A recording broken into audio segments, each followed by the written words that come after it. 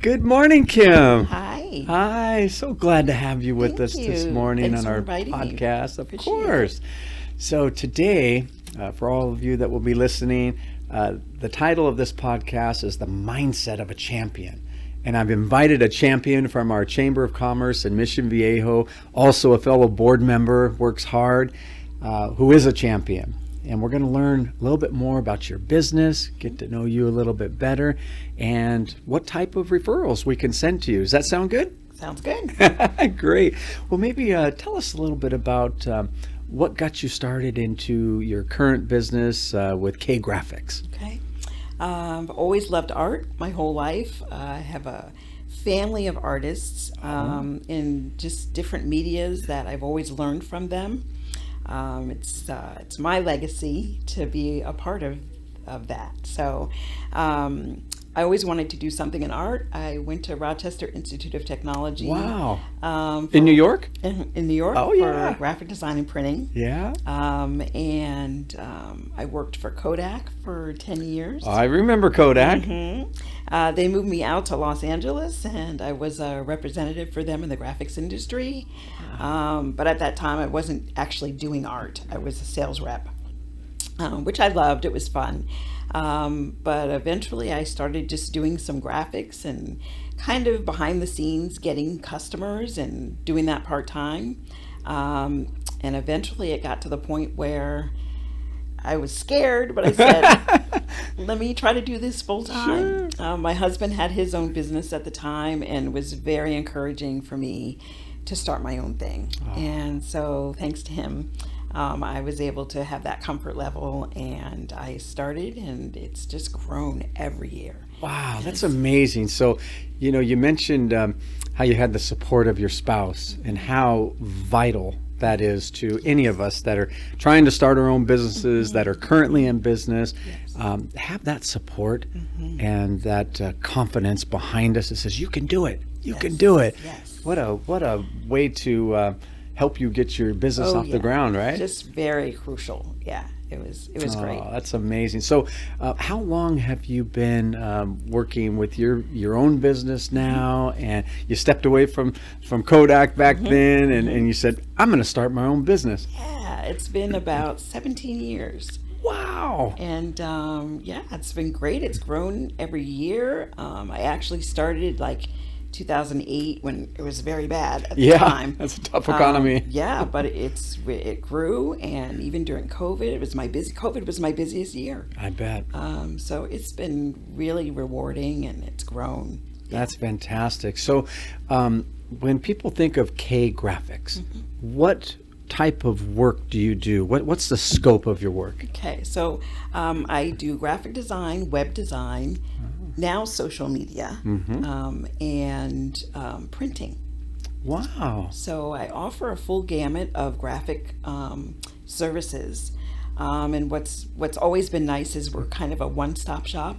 So you get your graphics done with us, we keep them. We have your branding and everything, and whenever you need marketing collateral or web design or social media, it's all packaged right with us. That's fantastic. So, but Kim, I don't have any skills to create my own logo. I don't know how to do this kind of stuff. Is that something that you guys help with? Yes. Yep. Wow. Okay. That's part of branding, and like when someone starts a business, they need a logo. Right. They need marketing collateral. They need a web design. It's just a package that you need when you're beginning to start your own business. Sure. So we can help you with the full gamut. That's great. So after you help me get my business up and running, I have a online presence and all of that now and collateral. Do you offer a continuation of services, like through maybe a monthly service where I can have, keep coming back and you help out that way? Absolutely. Once I create a website, I can do the maintenance for you. And then social media is really big right now. So we do social media design. We do some posting, but a lot of customers come to us because they want to post, but they have no image. So we can do on a monthly basis, we can offer 15 to 20 designs. We design them, we send you a folder with all of that in there. Wow. Whenever you're ready to post, you just post your own thing, but you have your images with you. That's amazing. That's so helpful. And I gotta ask this question because, and it wasn't something we talked about, but it has to do with TikTok. Okay. I don't know nothing about TikTok except I know it's out there. And I just thought it was for a bunch of kids that are going to the mall and they want to post, I'm doing this, I'm doing that. But I understand people are using it today for business purposes. They are. Can you tell me a little bit about that? You know, TikTok is different than we do a lot of Instagram, Facebook, and LinkedIn for business. And a lot of businesses actually don't use TikTok, but TikTok is more of a platform that's for live and reels, and it has more to do with like live video. Got it. Than actual images. Okay. So that's probably why we don't use TikTok a lot. Yeah.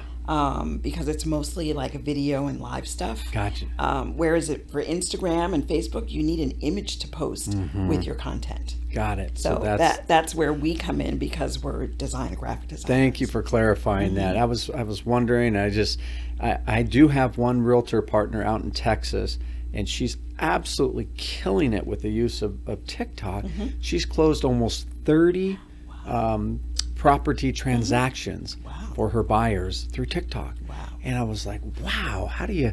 So, but now that I think about it, a lot of that's alive, and hey, we're doing this, we're on site here, we're doing. Absolutely. So, okay, thank you for clarifying that. Well, you know, we talked about what it takes, or the title, the mindset of a champion. And besides being an expert in your work, how to create, a graphic design, a website, and doing the work. Let me ask you a little bit about the mindset. You're a business owner in these challenging financial times. Yeah. What kind of a mindset do you have to have as a business owner to stay relevant, to be successful? I think it's knowing how to run a business.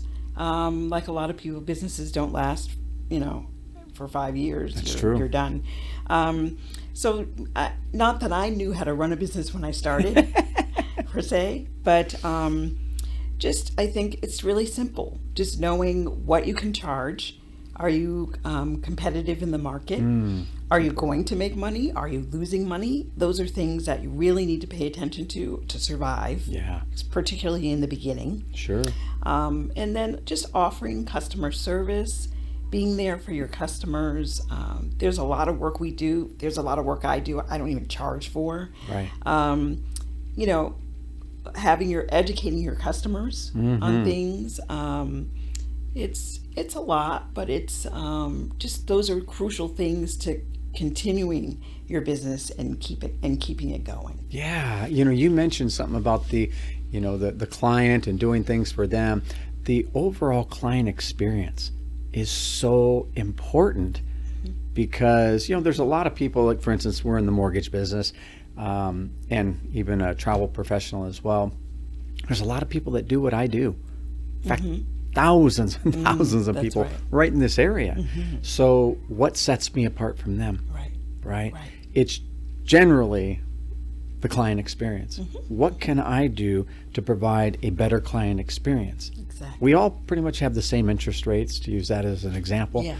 But my client experience could be vastly different than the next person. Absolutely. And you hit on a key point for me that I spend 80% of my day on is education. Educating our buyers or our travel people to know not only what to expect with the service I'm going to provide them, but what's happening out there in the market. Right. And, so education is a key to leading to the best client experience is what we find. Is that what you find too? Definitely. And so many people don't know very much about graphics, and you may have a great image on the screen, with 12 colors and so forth, but when you go to print that t-shirt, you can't print 12 colors. So there's education in just the front end designing. I tell my customers, you know what? That's a great image, but let's bring it down to 2 colors if you want to do t-shirts, So things like that. Yeah, or education. that's a key point. I never thought about that. Yeah, keep it simple, and that's why it's important to consult with you first, right? Saying, here's my pie in the sky vision, what I want to see, and then you give them the reality. Yes. Here's, if we did this, this is what you would get. Right. But if we did this way, this is what, Yeah, exactly. That's fantastic. Well, I have to ask, well, first of all, before we get to that, your work in the Chamber of Commerce, how long have you been associated with either the Chamber of Commerce or other networking groups? And maybe tell us a little bit about why you find that's of value. Yeah. You know what? That has been, it's hard for a graphic designer. I sit at my computer all day. I don't have a lot of social interaction with other people. I don't have a large staff that I work with that's right there. So for me, it's always been a challenge to not be that that person that just wants to stay in their little corner and work. And shut the I door can and be leave like me alone. that. Exactly. So I've had to work really hard through the years to make myself get out there and meet other people and be within a network group. Yeah. And that has been really vital to my business and growing my business. And just for me personally, socially staying engaged with other people. So networking has been the reason why my business has grown so much. Wow. So I've been in several groups throughout the years and been in charge of some groups throughout the years. Queen Bees. President of the Mission Viejo Queen Bees. But it's absolutely vital to my business and growing. And so I continue to do that. Yeah, that's amazing. And I know you're not alone with maybe being that normal feeling of, what, I could just, if I just stayed in my office, shut the door, peace and quiet, I could get so much more done, right? But forcing yourself, stepping outside of that comfort zone to get out, to mingle with other people, find out what their businesses are doing. How can you help their businesses? Giving back to your local community. Have you found that that's actually paid itself back too? Oh, absolutely. It's been great. And it's good to get out there and meet people and know people. And as much as it might be a struggle for me to do that, it's just vital. For me to do that. Well, I can give you one positive observation from our weekly Daybreakers on Tuesday.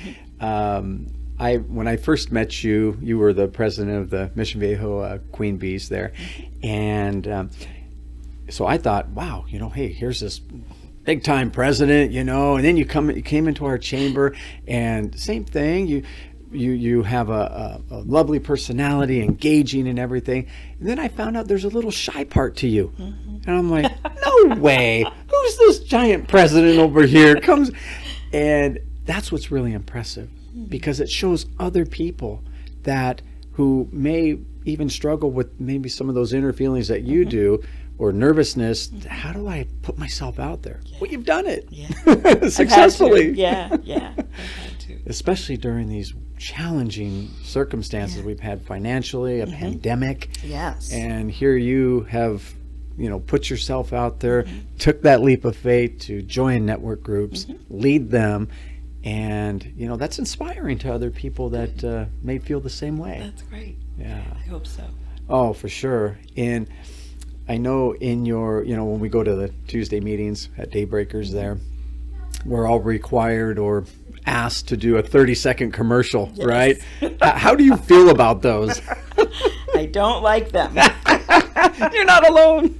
I know. I know I could do much better at that. I'm pretty good writing them. Yeah. But I'm not good memorizing. And so I do read them kind of from my phone. No but problem. it's the point is I need to get the message out. And That's I right. think I do that. Very clearly. So do a great job. Yeah, but that's not one of my strengths, unfortunately. Like speaking is not one of my strengths at You'd all. never know it. And here you are on a podcast, right? Right. Well, you do a fantastic job, and there's others in the chamber that you can tell that put some work into preparing those commercials. And it's not just to entertain, it's not just to I participate, but those that put time and effort and some thought into it, you can really tell that they care about growing their business, which is the whole reason why we joined the chamber, and to help others grow their businesses. And so it's very much appreciated. Now you've taken it a step further. You don't just participate and show up at our Daybreakers and other events, but you've gotten involved in the chamber. Can you tell us a little bit about how you've gotten involved? Yeah, I went to the Women in Business luncheon first year. It was fantastic. Just a great way to have the community involved in the chamber, and for the chamber to just reach out to the community for different women businesses. So I was just wowed by the organization of the first luncheon, and I wanted to get involved right away. So I talked to Joan and asked if I could be on the committee the second year, and I was, and it was fun. I was able to help out very much in the marketing way. Oh yeah. For I remember. My background, it works great.